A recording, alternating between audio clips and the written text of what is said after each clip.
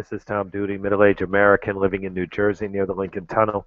If you were to visit my website, you would type Howdy Doody into Google. You'll find the correct spelling of the famous puppet. You then combine Tom Duty in a Google search from my site, borrowed from Weehawken Library today. Harper Lee, To Kill a Mockingbird. She died recently. I think her body is not yet buried. That's how recent it was. Harper Lee, To Kill a Mockingbird. I'm at home. I'm turning my camera off.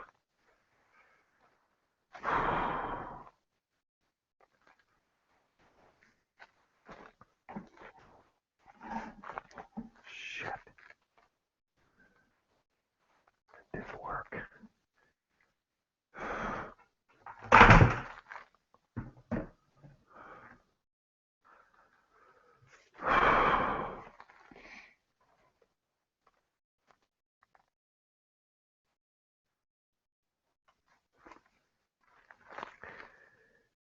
When he was nearly 13, my brother Jem got his arm badly broken at the elbow. When it healed, and Jem's fears were never being able to play football were assuaged, he was seldom self-conscious about his injury. His left arm was somewhat shorter than his right. When he stood or walked, the back of his hand was at right angles to his body, and thumb parallel to his thigh. He couldn't have cared less so long as he could pass and punt. When enough years had gone by to enable us to look back on them, we sometimes discussed that events leading to his accident.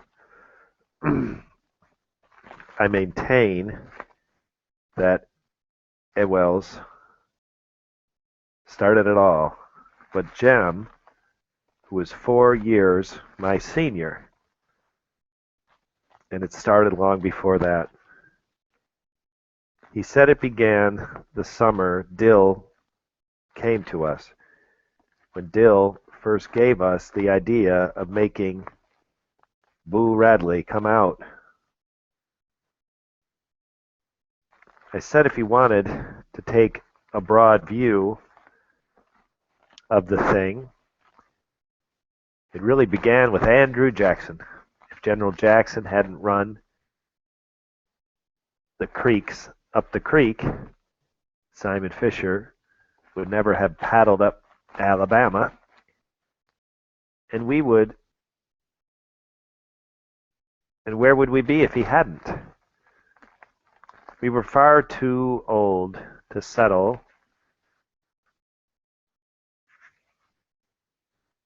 the argument with a fist fight. So we consulted Atticus, our father. Said we were born right. Being Southerners, it was a source of shame to some members of the family that we had no record ancestors on either side of the Battle of Hastings. And we had all we had was Simon Finch, a fur trapping apothecary from Cornwall, whose piety was exceeded only by his stinginess. In England, Simon was irritated by the persecution of those called themselves Methodists at the hands of their more liberal brethren. And as Simon called himself a Methodist, he worked his way across the Atlantic to Philadelphia, thence to Jamaica, thence to Mobile, and up to St. Stephen's, mindful of John Wesley's strictures on the use of many words in buying and selling. Simon made a pile of practicing medicine. But in this pursuit he was unhappy, lest he be tempted into doing what he knew was not for the glory of God, as the putting on of gold and costly apparel. So Simon, having forgotten his teacher's dictum on the possession of human chattels, bought three slaves, and with their aid established a homestead on the banks of the Alabama River, some 40 miles above St. Stephen's. He returned to St. Stephen's only once to find a wife, and with her established a line that ran high to daughters. Simon lived to an impressive age and died rich. It was customary for men in the family to remain on Simon's homestead, Finch Landing, and make their living from cotton. The place was self-sufficient, modest in comparison with the empires around it, and the landing nevertheless produced everything required to sustain life except ice, wheat, flour, and articles of clothing supplied by riverboats from Mobile. Simon would have regarded with impotent fury the disturbance between the North and the South, as it left his descendants stripped of everything but their land. Yet their tradition of living on the land remained unbroken until well into the 20th century. When my father, Atticus Finch, went to Montgomery to read law, and his younger brother went to Boston to study medicine, their sister, Alexandra, was the Finch who remained at the landing, and she married a taciturn man who spent most of the time lying in the hammock by the river, wondering if the trout lines were full. When my father was admitted to the bar, he returned to Macomb to begin his practice. Macomb, some 20 miles east of Finch's Landing, was the county seat of Macomb County. Atticus' office in the courthouse contained little more than a hat rack, a spittoon, a checkerboard, and an unsullied code of Alabama. His first two clients were the last two persons hanged in Macomb County Jail. Atticus had urged them to accept the state's generosity in allowing them to plead guilty to second-degree murder and escape with their lives. But they were Haverfords. Macomb County, a name synonymous with jackass, the Haverfords had dispatched Macomb's leading blacksmith in a misunderstanding arising from the alleged wrongful detention of a mare, were imprudent enough to do it in the presence of three witnesses, and instead of the son of a bitch had it come to him was good enough defense for anybody. They persisted in pleading not guilty to first-degree murder, so there was nothing much Atticus could do for his clients except he presented at their departure an occasion that was probably the beginning of my father's profound distaste for the practice of criminal law.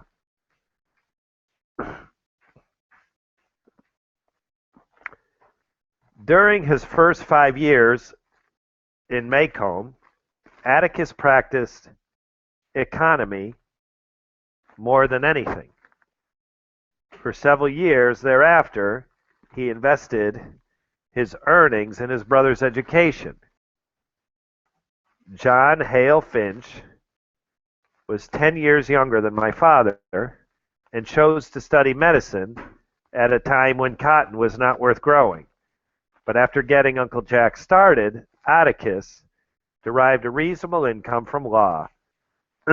He liked Macomb, and he was Macomb County born and bred. He knew his people, they knew him, and because Simon Finch's industry, Atticus was related by blood or marriage to nearly every family in the town. Macomb was an old town.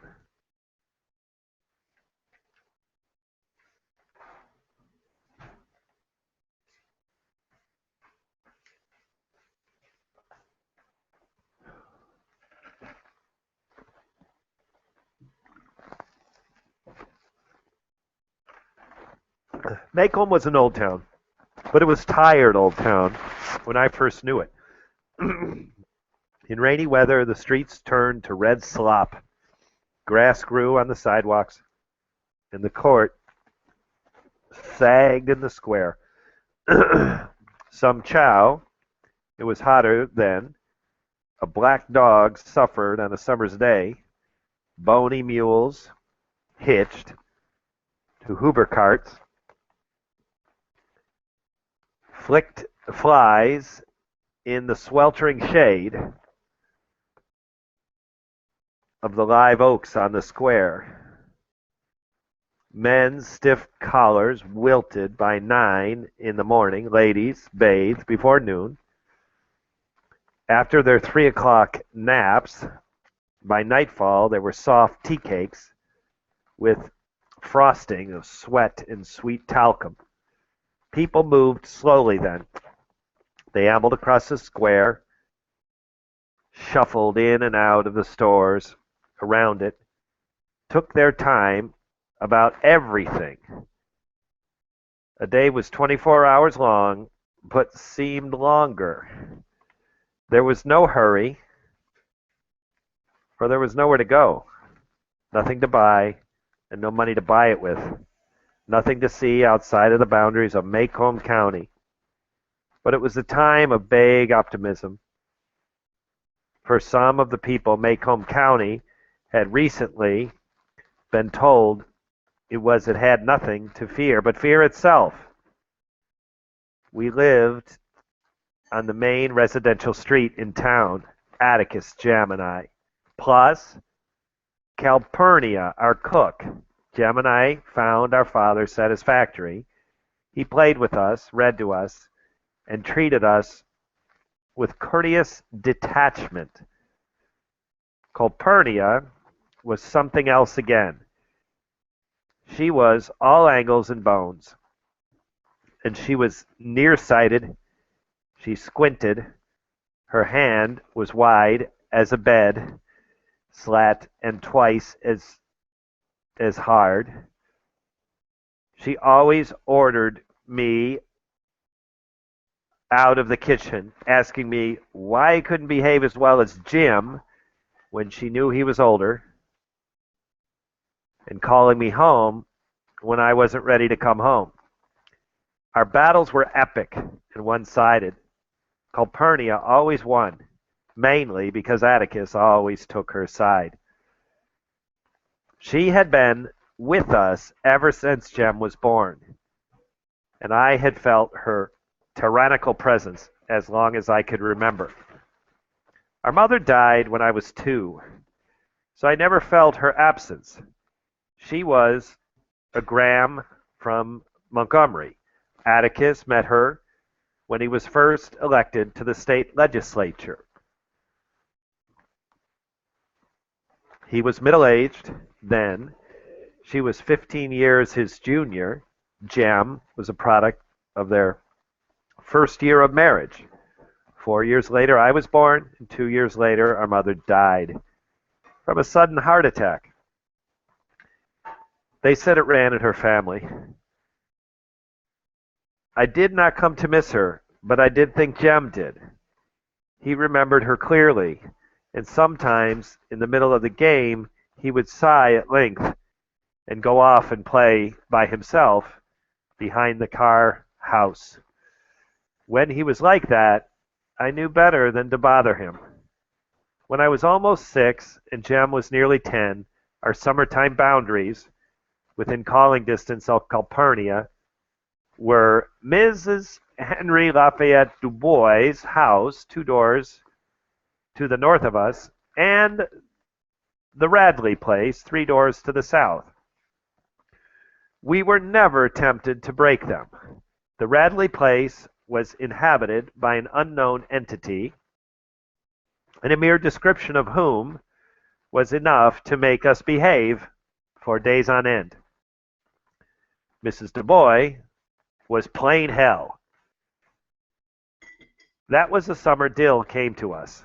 Early one morning, as we were beginning our day's play in the backyard, Jem and I heard something next door in Miss Rachel Haverford's collar patch. We went to the wire fence to see if it was a puppy Miss Rachel, rat terrier, was expecting. Instead, we found someone sitting, looking at us, sitting down. He wasn't much higher than the collards. And he stared at him. We stared at him until he spoke.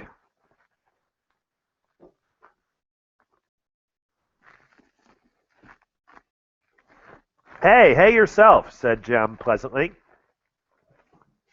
I'm Charles Baker Harris, he said. I can read. So what? I said. I just thought you'd like to know I can read.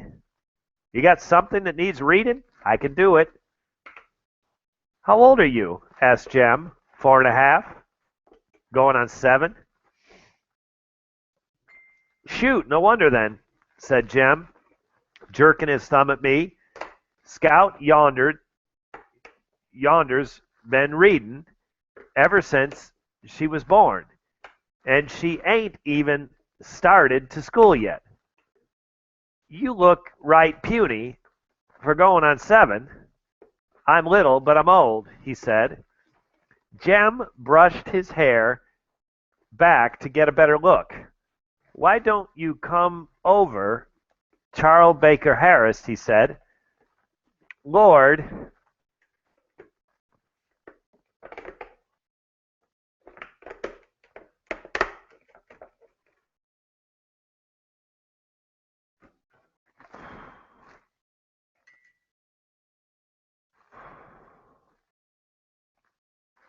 Jem brushed his hair back to get a better look.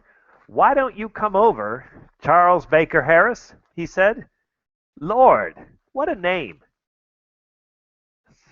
Not any funnier than yours. Aunt Rachel says your name's Jeremy Atticus Finch. Jem scowled. I'm big enough to fit mine, he said. Your name's longer than you are.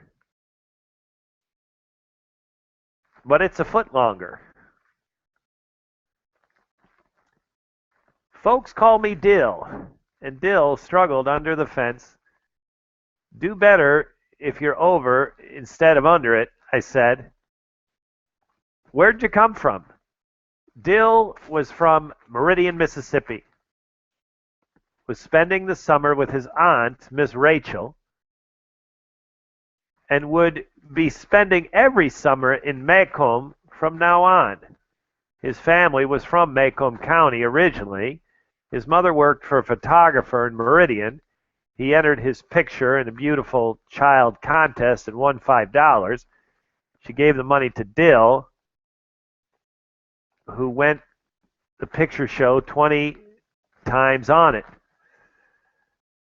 Don't have any picture shows here except Jesus ones in the courthouse sometimes, said Jem.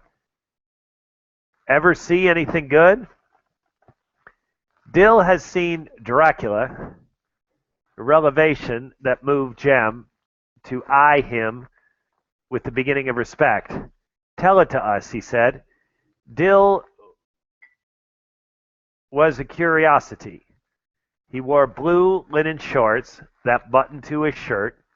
His hair was snow white, and stuck to his head like duck fluff. He was a year my senior, but I towered over him. As he told us the old tale, his blue eyes would lighten and darken. His laugh was sudden and happy. He habitually pulled at a cowlick in the center of his forehead. When Dill reduced Dracula to dust and Jem said the show sounds better than the book, I asked Dill where his father was. You ain't said anything about him. I haven't got one. He is dead. Is he dead? No. Then if he's not dead, you got one, haven't you? Dill blushed and Jem told me to hush. A sure sign that Dill had been studied and found acceptable. Thereafter, the summer passed in routine contentment. Routine contentment was improving our treehouse that rested between the giant twin chinaberry trees in the front yard, fussing, running through our list of drama base and works of the Oliver Updike, Victor Appleton, and Edgar Rice Burroughs. In this matter, we were lucky to have Dill. He played the character parts for merely thrust upon me. The ape in Tarzan, Mr. Crabtree, the Rover boys, Mr. Damon and Tom Swift. Thus we came to know Dill as a pocket Merlin, whose head teemed with epic plans, strange longings, and quaint fancies. By the end of August, our repertoire was vapid from countless reproductions, and it was then that Dill gave us the idea of making Boo Radley come out.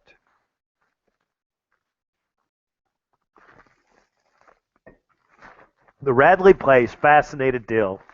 In spite of our warnings and explanations, it drew him as the moon draws water, but drew him no nearer than the light pole on the counter, a safe distance from the Radley gate. There he would stand, his arm around the fat pole, staring and wondering. The Radley place jutted into the sharp cave beyond our house. Walking south, one placed its porch, the sidewalk, turning and ran beside the lot. The house was low. It was once white with a deep front porch.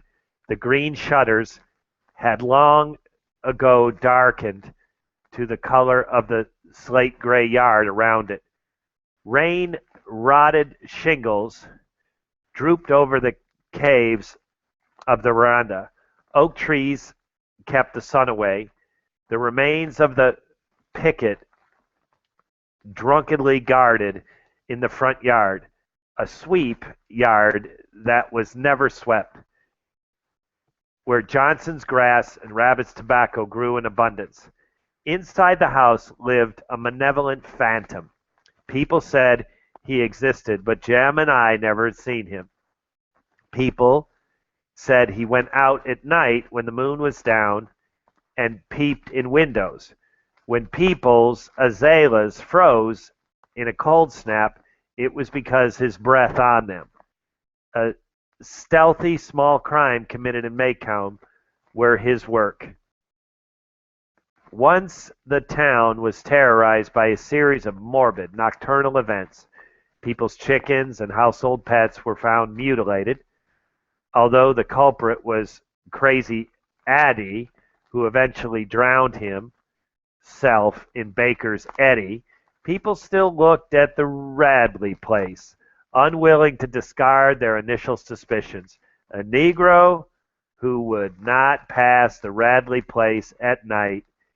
He would cut across the sidewalk opposite and whistle as he walked. The Maycomb School grounds adjoin the back of the Radley lot. From the Radley chicken yard, tall pecan trees shook their fruit into the schoolyard, but the nuts lay untouched by the children. Radley pecans would kill you.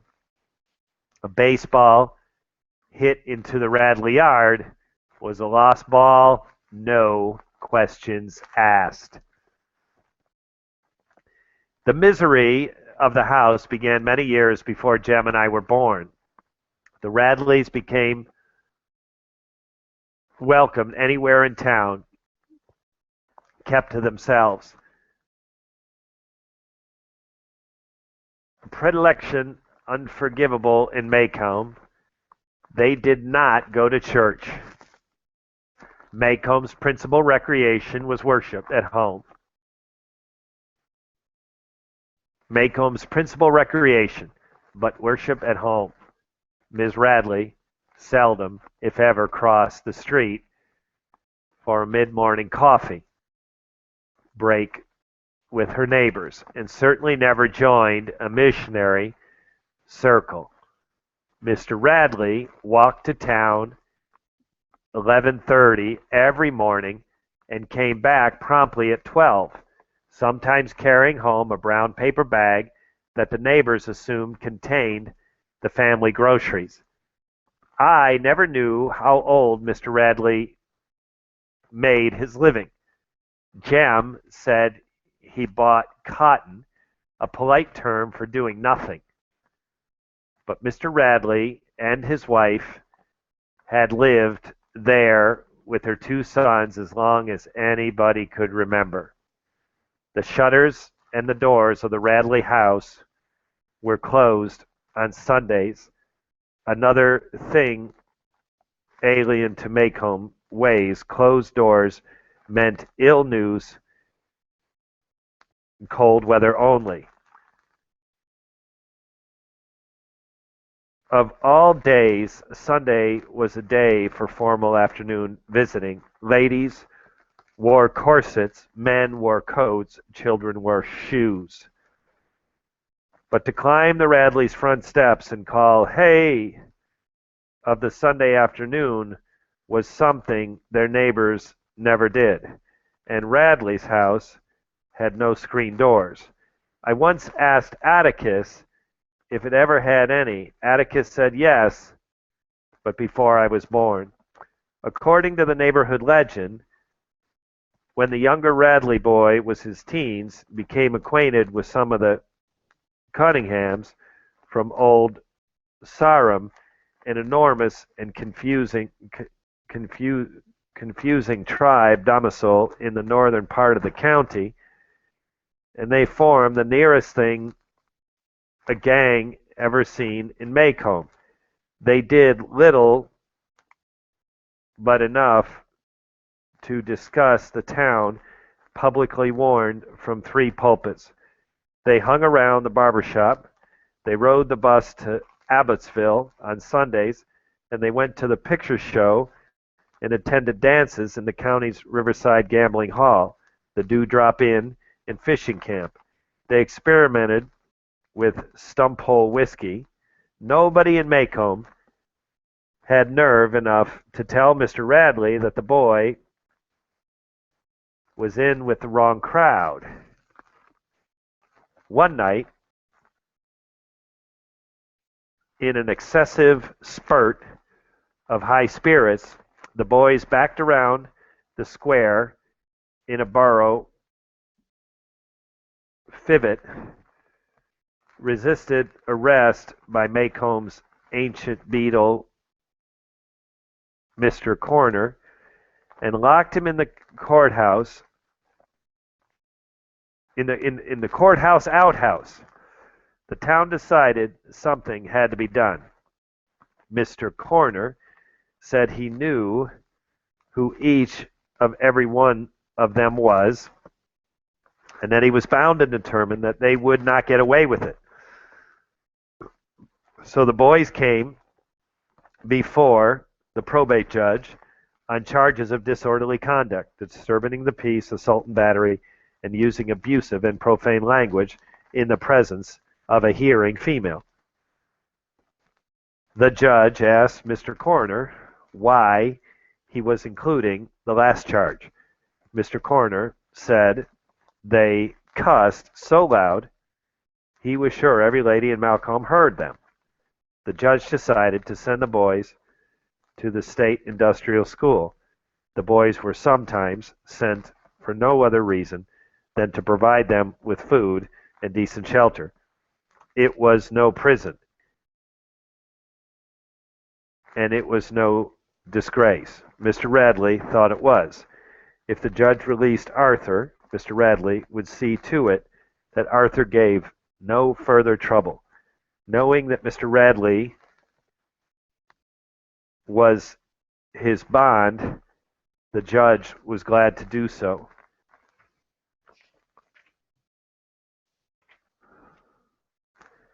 The other boys attended the industrial school and received the best secondary education he had in the state.